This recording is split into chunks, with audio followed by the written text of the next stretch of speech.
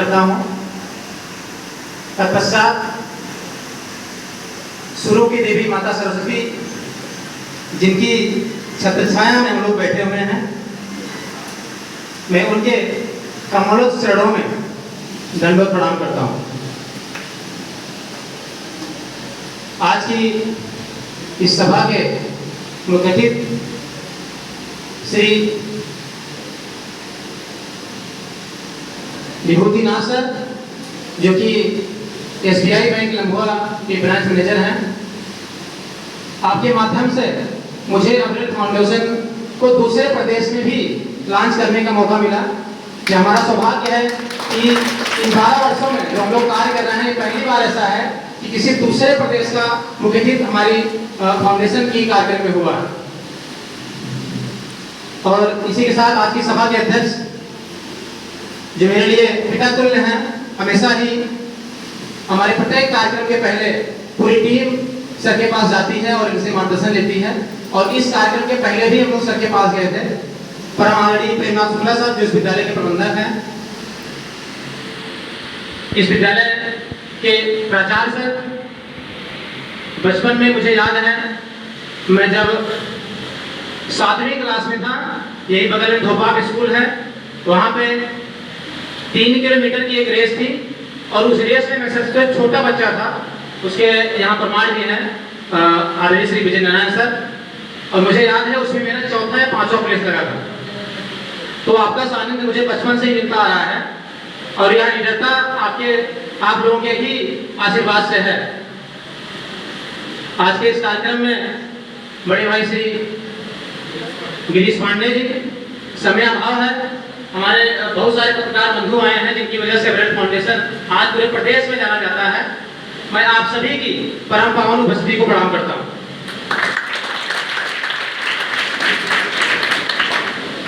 मुझे याद है जब मैं इंटर में था और बाबा बरियार सा इंटर कॉलेज भरतरे में पढ़ने जाता था, तो मेरे क्लास में 70 बच्चे थे और एक लड़की थी, मैं कॉमर्स का स्टूडेंट था। और मेरी साइकिल उन 70 बच्चों में सबसे ज्यादा खराब कंडीशन में थी और मेरे घर की स्थिति उन 70 बच्चों में सबसे ज्यादा अच्छी थी।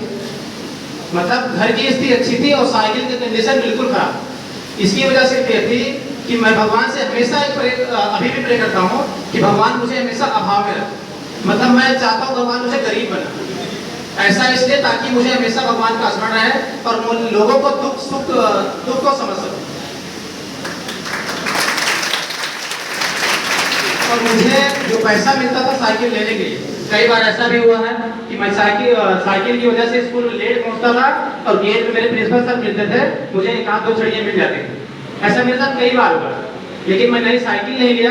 जैसे ही मैं 12वां पास किया और राणा प्रताप पीजी कॉलेज में बीकॉम फर्स्ट ईयर का मैं एडमिशन लिया, उसी सेम जुलाई में एडमिशन लिया और 14 जनवरी को मैं रजाई वितरण का प्रोग्राम रखा।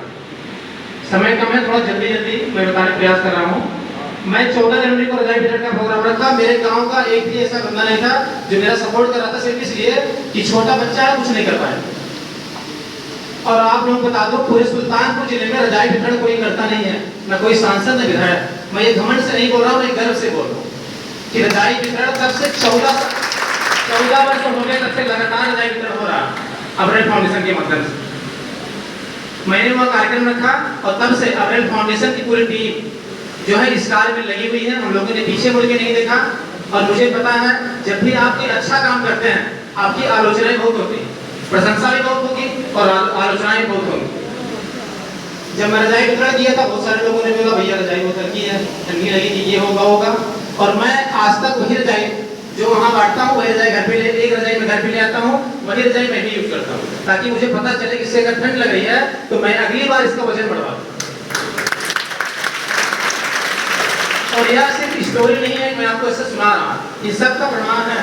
प्रबंधक सर हैं, 14 वर्ष से रजाई वितरण में आ रहे हैं।